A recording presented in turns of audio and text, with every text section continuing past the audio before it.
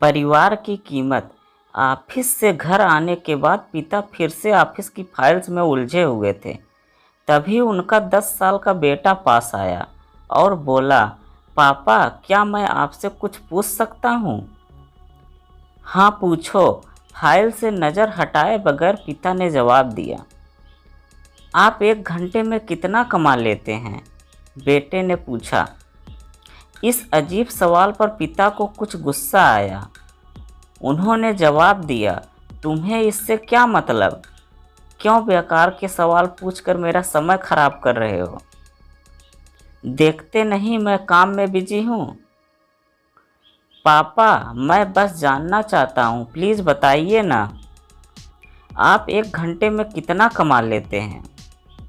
बेटा जिद करने लगा। 500 रुपये, पिता ने जवाब दिया और काम में लग गए। ओह, बेटा सिर झुकाकर कुछ सोचने लगा, फिर सिर उठाकर बोला, पापा आप मुझे 250 उधार दे सकते हैं? यह सुनते ही पिता का गुस्सा और बढ़ गया।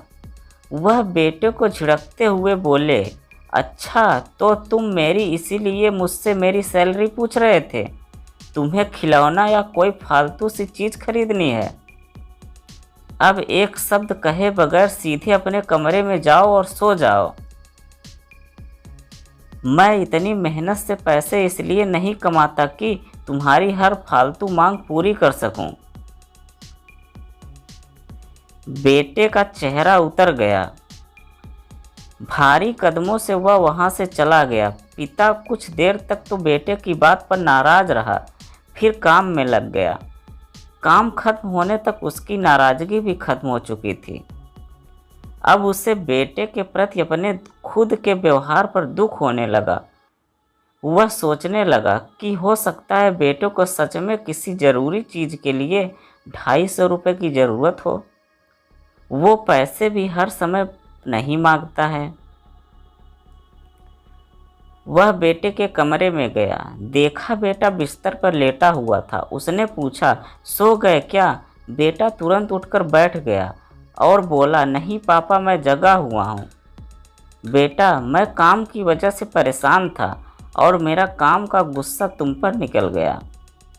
मुझे तुम पर गुस्सा नहीं करना चाहिए था। ये लो 250 रुपये जो उस समय तुम मुझसे मांग रहे थे।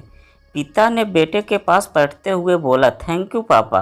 बेटा चहक उठा। 250 रुपये उसने एक तरफ रख दिए और उसने अपने तकिए के नीचे दबे कुछ नोट निकाले और उन्हें गिनने लगा। यह देखकर पिता को फिर से गुस्सा आया। वह गुस्से में बोले, जब तुम्हारे पास पहले से ही पैसे थे तो तुम और पैसे क्यों मांग रहे थे? क्योंकि मेरे पास पूरे पैसे नहीं थे पापा, अब हैं। बेटे ने मासूमियत से जवाब दिया, पापा ये लीजिए 500 रुपये। क्या इससे मैं आपका 1 घंटा खरीद सकता हूँ? प्लीज़ कल आप घर जल्दी आ जाना, मैं आपके साथ डिनर करना चाहता हूँ। बेटे की बात सुनकर पिता अवाक रह गया। हम पैसे कमाने की जद्दोजहद में इतने ज़्यादा व्यस्त हो जाते हैं कि हमारा परिवार पीछे छूट जाता है। हमारे पास अपने परिवार और प्रियजनों के साथ समय बिताने के लिए होता ही नहीं है। समय धीरे धीरे हमारे हाथ से फिसलता जाता है और बीता समय कभी वापस नहीं आता है।